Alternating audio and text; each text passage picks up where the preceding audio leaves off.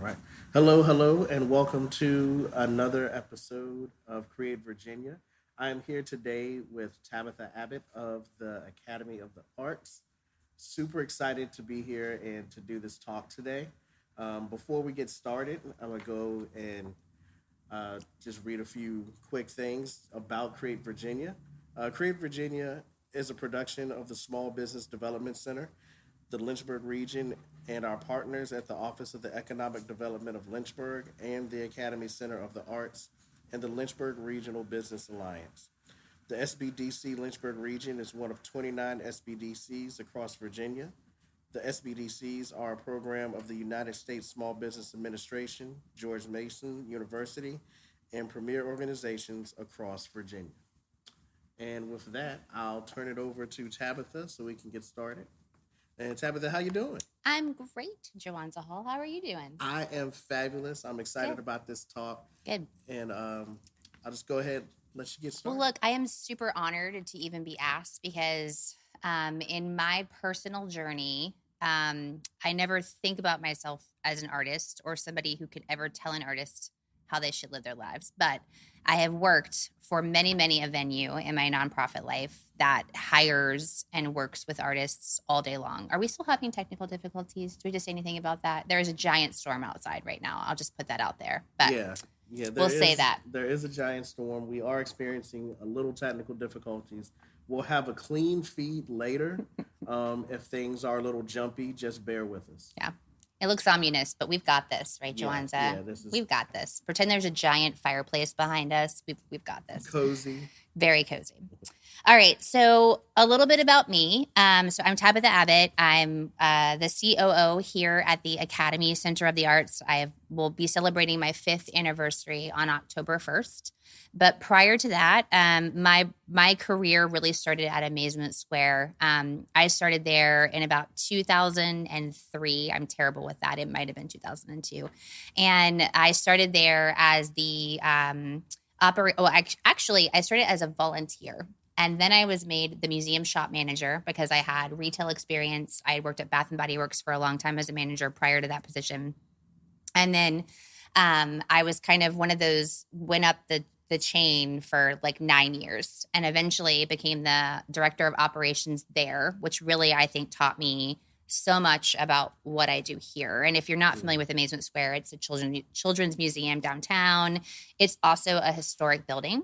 So it's one of those learning to work with a historic building that has new renovations, and for Amazement Square has quirky renovations, right? Like a climbing tower through the center of a very old building that is on a flood zone, things like that really teach you, the things that you need to know to work for a building as big as ours.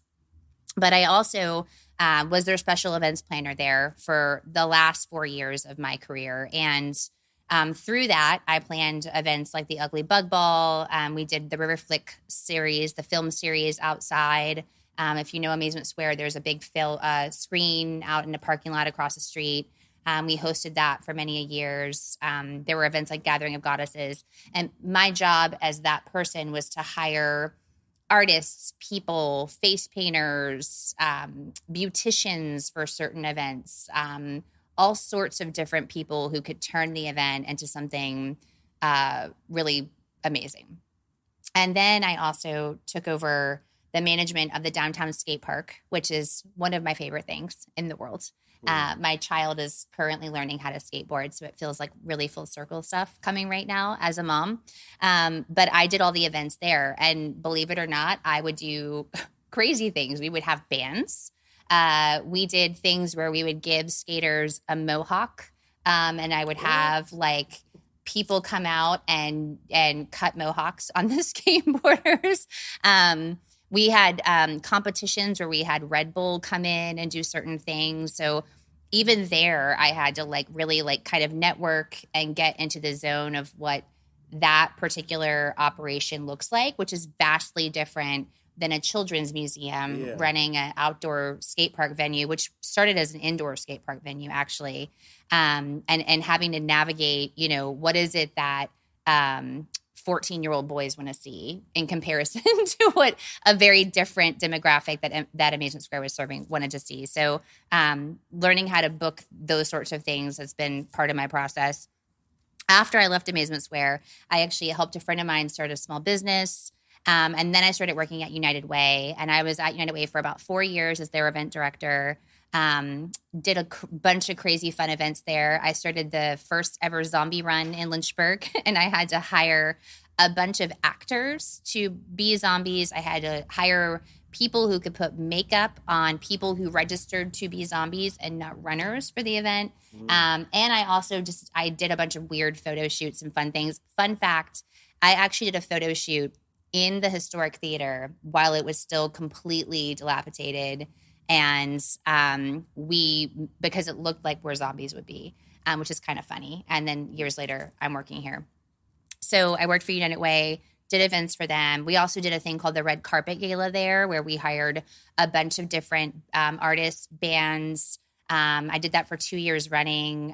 So again, just networking, knowing people, learning people through my trade, I think, is how I started to figure out who to ask for what in that degree. And then finally, I ended up at the Academy. And I ended up here because I planned Get Downtown for about 3 years. The first year was for Lynch's Landing, and then Lynch's Landing turned into Downtown Lynchburg Association. And in that transition, Ashley Kirshner, I worked with for the last 2 years of my planning process. And I remember when I heard through the grapevine, because I was still at United Way, that this position was coming available because Dory Smiley, my predecessor, was retiring after 20 some odd years of running this establishment. I went to Ashley and I was like, I know your husband's in charge down there, and I think you should tell him that I would be his next operations director.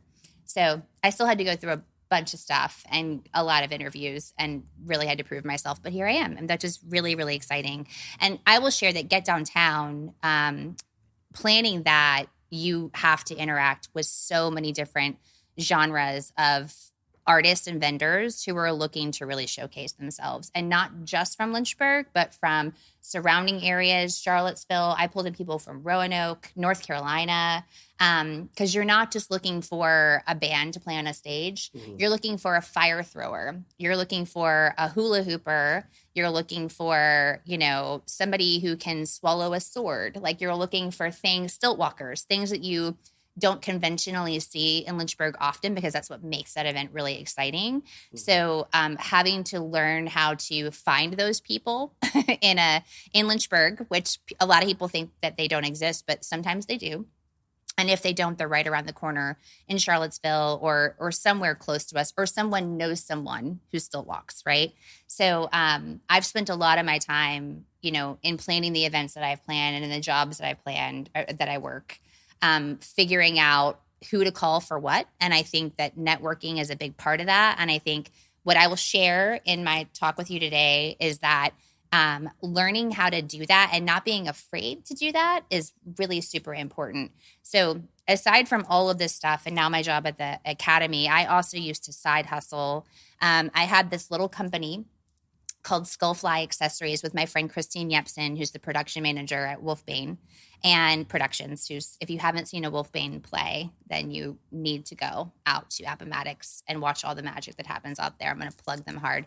But she and I started this little company called Skullfly Accessories, which sounds crazy because what we make is jewelry that has like skulls and zombies and things on it, because we love that stuff.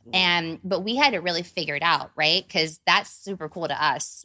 But you would go set up a booth somewhere, just random in Lynchburg, people would be like, what is this? So we started to kind of find our niche. We started to realize that the people who like us are people who like go to paranormal conferences, right? So Holiday Inn for a couple of years would have a paranormal conference, which really? I don't even know if you knew that. It was we're talking probably 2010 or 11-ish, 12 that I was maybe doing this stuff hard with Christine. And they had a paranormal conference at the Holiday Inn. we would go sit up there and people loved us. And we started to recognize that who our niche was. So then we started to buy these vendor spaces at conferences like in Lexington, Kentucky, that does like the Scare Fest, where they bring in, people who are like, like scary movie actors, or, people who know paranormal, or who like run a museum, like the Edgar Allan Poe Museum, things like that. Talk about Bigfoot. But we realized that, right? We started to learn that those are our people. And so I think what I learned in that, and I don't consider myself an artist, but I do consider myself somebody who really enjoys what I enjoy. And I recognize who would buy my stuff. And through that, we really started to find a niche for ourselves. And even to this day, we set up at the punk rock flea market that happens at Three Roads. Halloween is our month, obviously. So I feel like I also kind of learned a lot through that in a process, because I feel like I understand that getting out there, not being afraid to. One of the things that I will share is our stuff's kind of weird, but it's not gothic weird. It's like we put a bunch of pink bows together and then we put a skull in the middle of it. Kind of weird, right? But again, you have to find your people who like appreciate that, right? That's right. So I think for us, it was those sorts of things sort of helped me to realize what we could bring to people who were looking to seek putting their art out there that might not know how to, right? One of the things I've always found is that I've always viewed Christine as the other half of that, as like the true artist. Like she can paint, she can build, she's amazing. She can sew, she can do all these things. And I felt like what I would always bring to our business is I knew marketing. Like I knew how to create a logo, you know, I knew how to like build a website. I knew how to do those things that she wasn't as good at, but she was the stronger artist in the two of us. She was the art and you were the business. Yes. Yeah. And so I think that, in that process, I learned a lot about what probably other artists struggle with, right? Is like they're really good at what they do, but they might not understand how to market themselves or put that website together, or who they need to know or who they need to talk to. And I think that is a journey that you learn as you become an artist. But I also think that connecting with the right people and learning that process is super important. So I hope that as we kind of go through what I'm about to tell you today, you take something, because, again, I've always been on the other side of it, but I've learned a lot through that process. And I've also feel like my little bird's eye view of having Skullfly taught me what I perceive as artists needing more of and more knowledge about, and ways that I can help engage them for us. Something that you mentioned earlier was you bringing kind of Get Downtown to life. And in that process, how did you decide on who you were going to recruit for as artists? So that event has less of so there are events that you do that you have like a vision for, right? Like, like Slasher Weekend in October here at the Academy, right? You kind of go, I know what I want that to look like. I know what I want to do there, right? Yeah. But Get Downtown it's such an every person type of event, right? It has to have the music. It has to have the fanfare. It has to have the food vendors. It has to have craft vendors. It has to have local. It has to have people who want to engage and be downtown in Lynchburg. And so that one's a little bit different, because it's not like you're seeking anything specific. I think that you in that event, I always recognized where I could fit stages, and I knew how many I had, which was generally about 3. And I knew that I had this duration to book them in. And so I just filled the gap. And through that process, I will honestly share that the first year, I think I did a lot of the band booking, but the second year, and I'll talk about this a little further too, I actually reached out to a friend, Jody Johnson, who had worked with me at Lynchstock. And so through that networking, and for me working Lynchstock for the year that I worked with her there, I knew that she had a bigger pulse on the music scene here, of the local music scene here, than I did.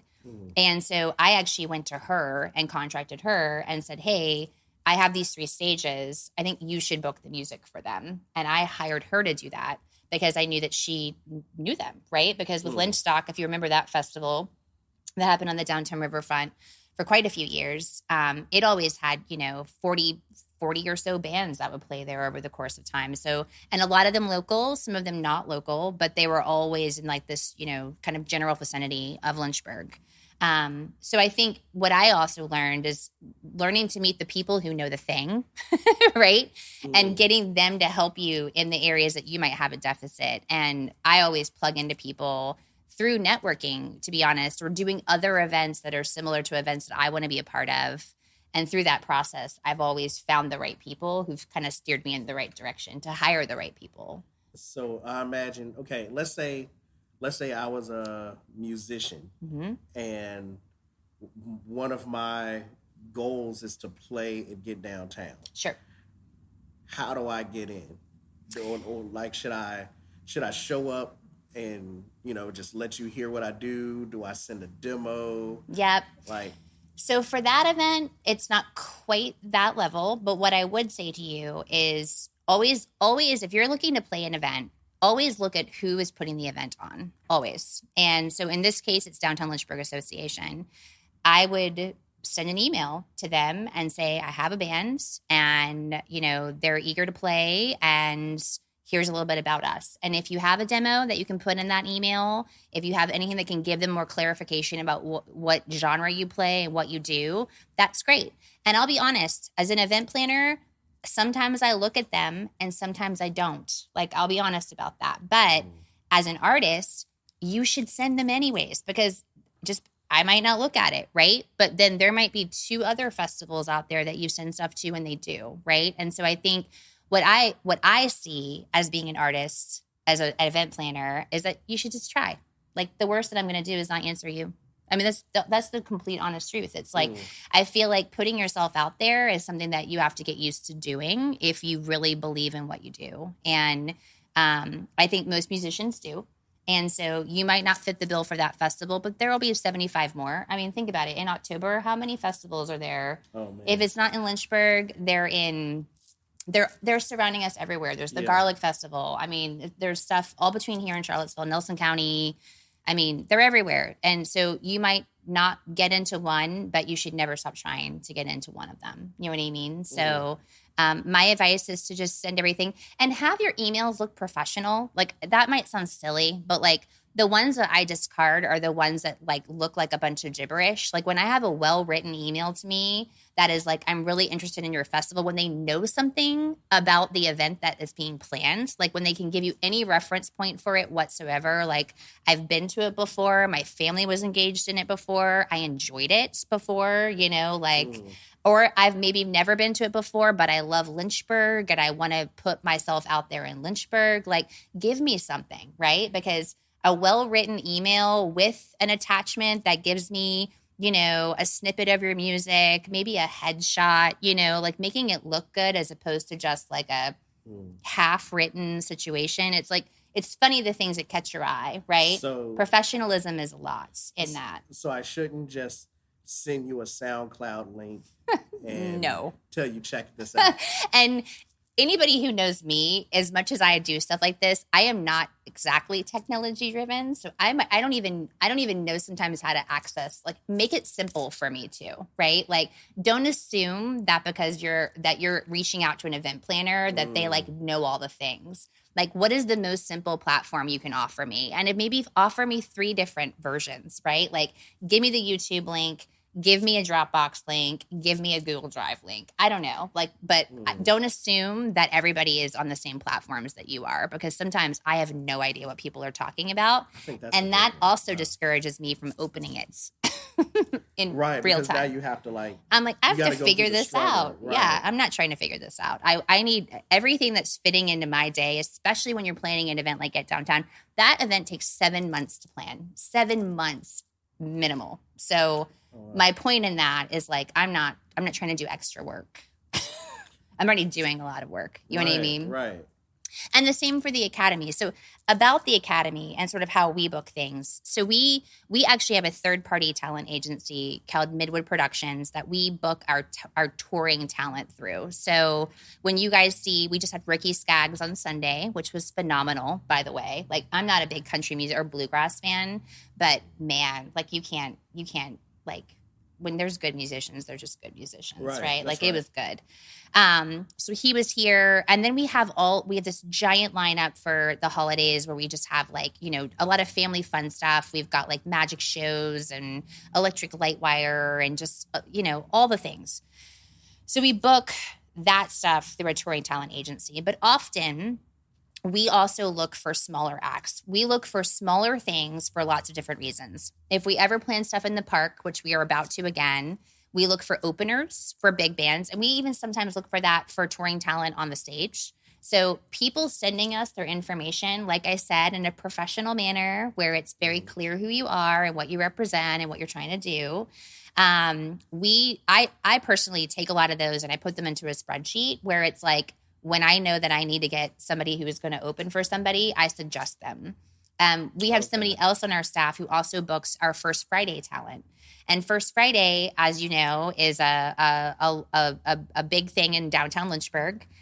We're one of the art galleries that are on the art walk that happen every First Friday, and we always have music. And so we keep a running list of people who reach out to us who might want to perform here. And First Fridays is a really good foot in the door here for us because it's definitely for smaller scale. I mean, we usually have about 100, 150 people come to First Fridays, but it's a great way to get your foot in the door here at the Academy. And what I'll also share, I feel like happens a lot here at the Academy is like if you've played here once, it's kind of like, oh gosh, remember that band that played that one time and they were really, really great? Like internally the staff is saying that and we remember those people and we tend to bring them back if they were, right? Like for something else. That makes sense. So it's a good foot in the door for First Fridays. Like I said, we do a lot of openers. And the other way that we really handle performing arts talent is when we do our own events that are not just touring talent, but like, for instance, we do Holiday Makers Market that's coming up in November.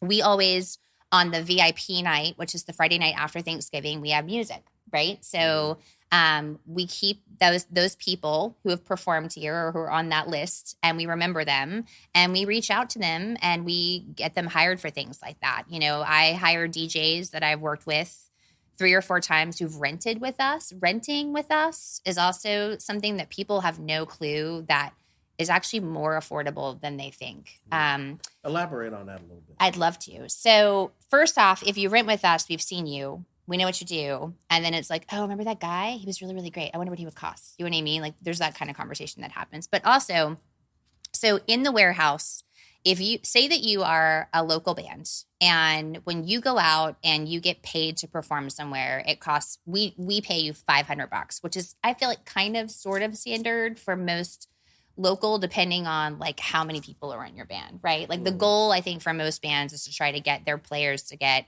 $100 per night a piece ish, right? So say we pay you $500. If you rent our warehouse theater in a standing room capacity, it can fit 600 people.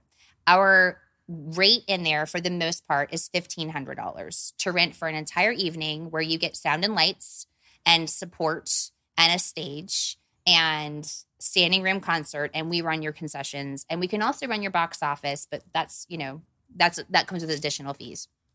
But if you pay $1,500 and just say that you do a $10 ticket, $10, which is like probably the smallest amount of ticket that you would sell, right? If you get even 300 people in there, you've made $3,000, which makes you $1,500. So I think people sometimes think that renting sounds expensive, but it's really not. Sometimes it can be more profitable than us taking all the money from hiring you and taking your tickets. It just depends on what we're talking about, right? So I think, you know, as an artist, I would always encourage you. I think the biggest thing I would share is like, just reach out. Like we are so open. Like we love to hear about people, new people, and not just performing, but visual arts too. I actually had to ask Ted a lot of questions tonight before this because I'm not as involved in that process as I am on the performing arts side of things. Sure.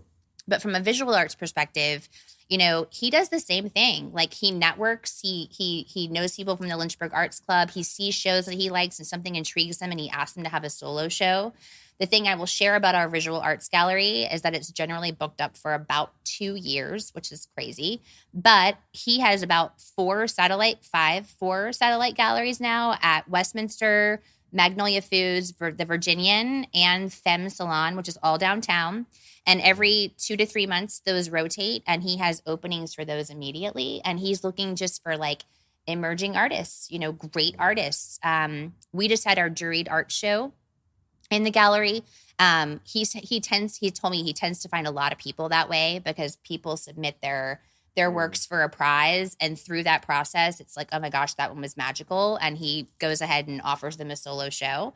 But again, 2 years out. But these other satellite galleries are usually more available. So, I would always urge visual artists to reach out to Ted. His email is on our website. He's our visual arts director.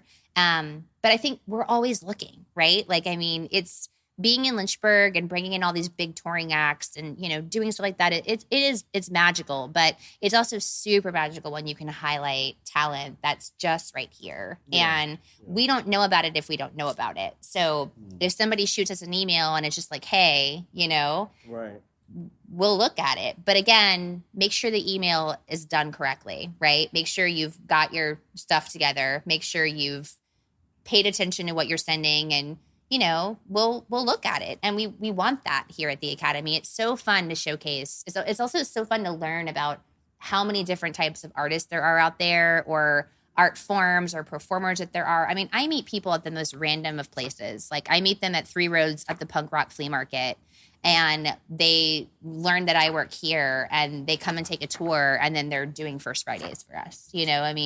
It's just random stuff like that sometimes kind of works out. So question about that.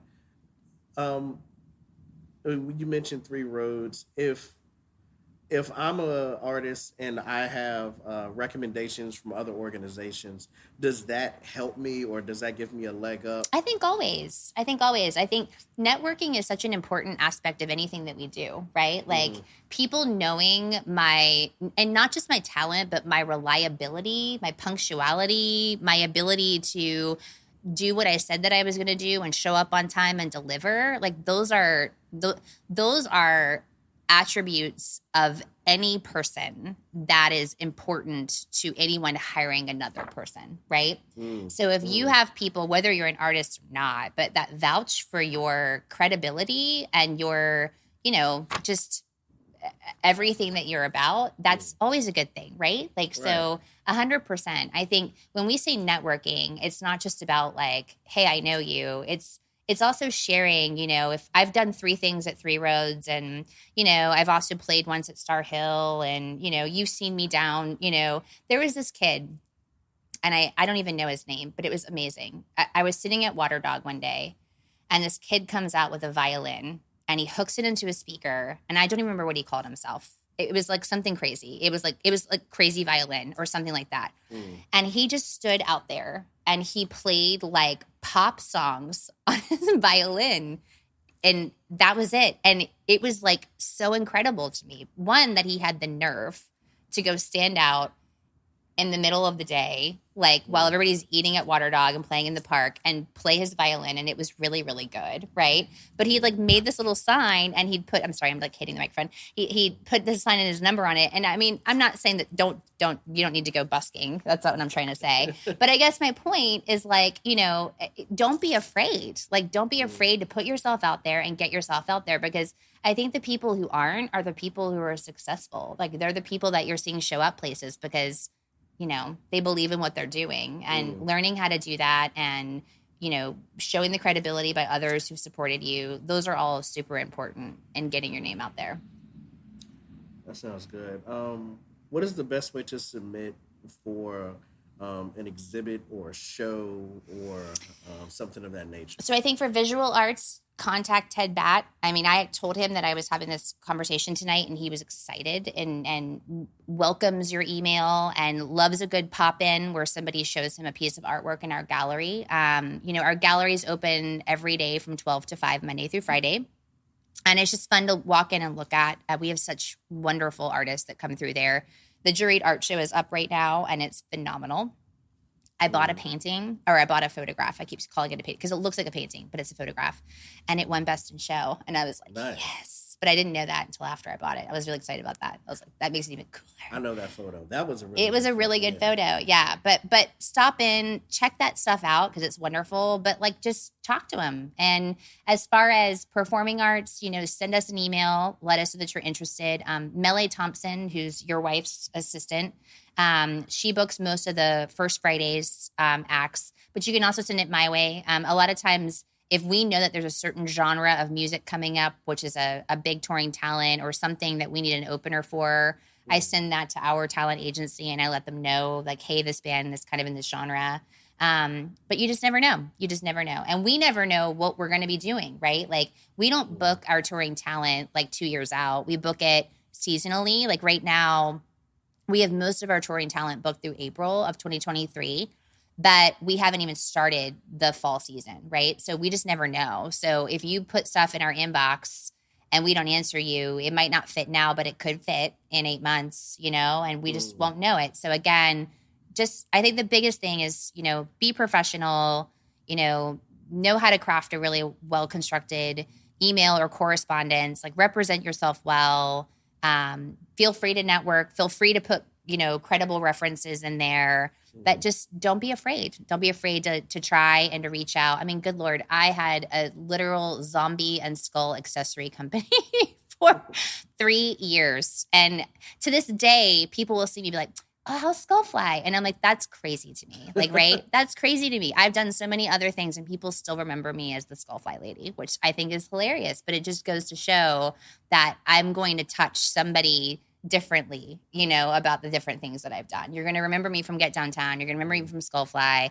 You might know me from the Academy. People will know me from Bath and Body Works, which I worked at 20 years ago, right? Really? But my point is, like, I put myself out there, I've learned to not be afraid of what I'm doing and who I am and, to just try, because what's the worst that's going to happen? You're going to get told no. That's it.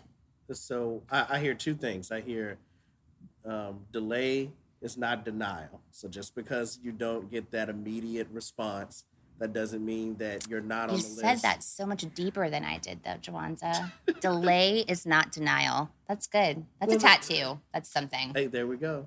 There we go. on a special place. Yeah, So, there you go. But I that's what I hear you saying, and I think that's really good for artists to remember that just because it didn't happen immediately, it doesn't mean that you're not on their radar. It doesn't mean that you're not being thought about for something, that may be a better fit. And that's exactly it. You might not be a good fit in the moment, but it doesn't mean that you're not a good fit, period. Right? Like, not everything meshes together just right at the right time, right? But I think, again, you keeping and to that point also, if you send something in the fall and it's unanswered, like, don't be afraid to re-energize that in the spring. Because the other thing about event people's minds, or at least mine, is it gets foggy, because I do 75 things between the last time I did the one that you applied for and then the one we're doing, right? So don't be afraid to, like, get your foot back in there by any means.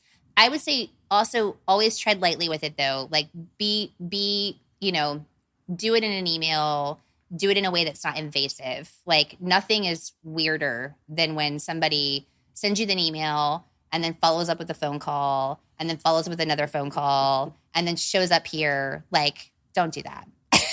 Like, that's too much. Send the email. Yeah, just too much. But send the email and then send it again. And knowing things about the event or the space or something that makes it stand out to me is usually best, right?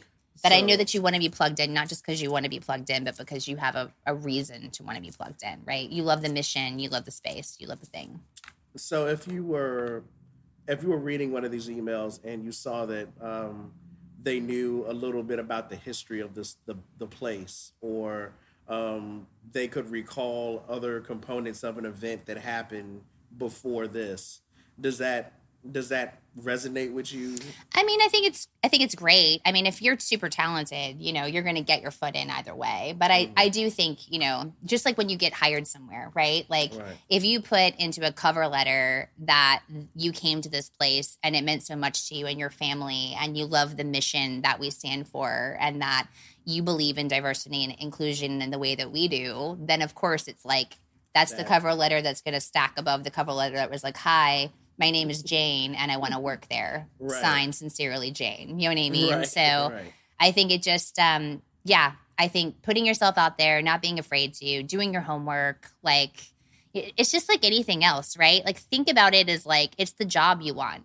And anything as an artist that you want to be a part of is like the job you want. Because that's kind of it, right? Like your full-time job is wanting to be involved in these other things. So it's like any one thing is a job for you. Yeah.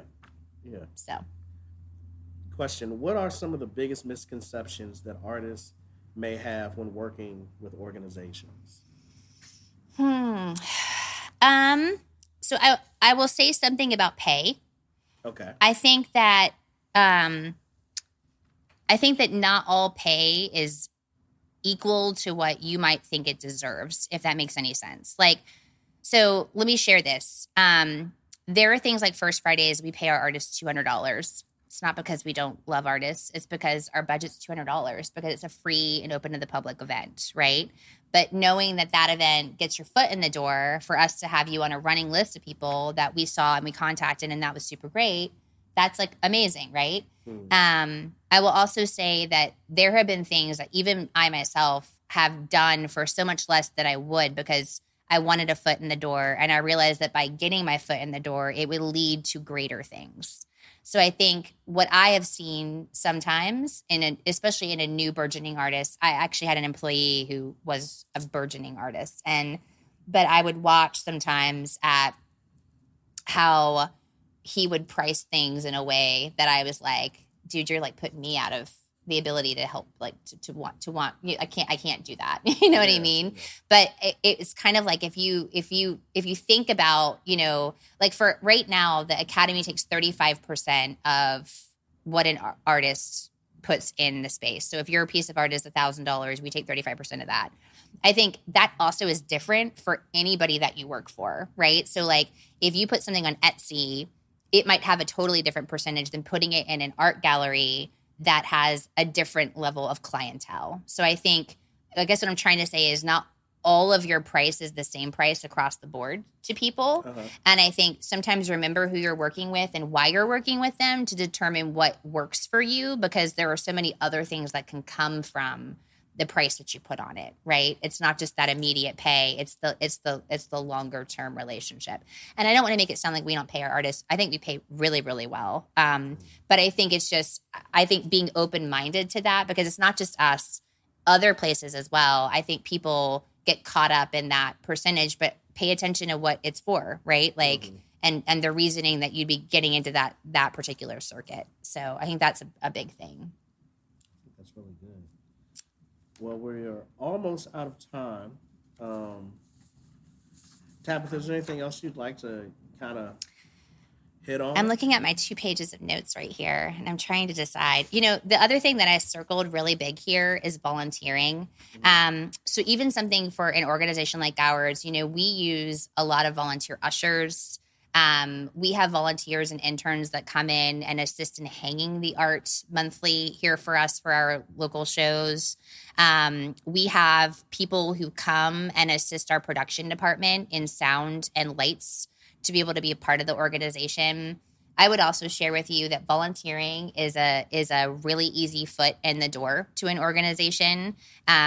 So many volunteers that work here that I've had the pleasure of working with as an usher, I have approached them and asked them if they would consider working as one of our front of house people or in our box office, because I was able to see and witness how magical they were to our patrons and to our staff.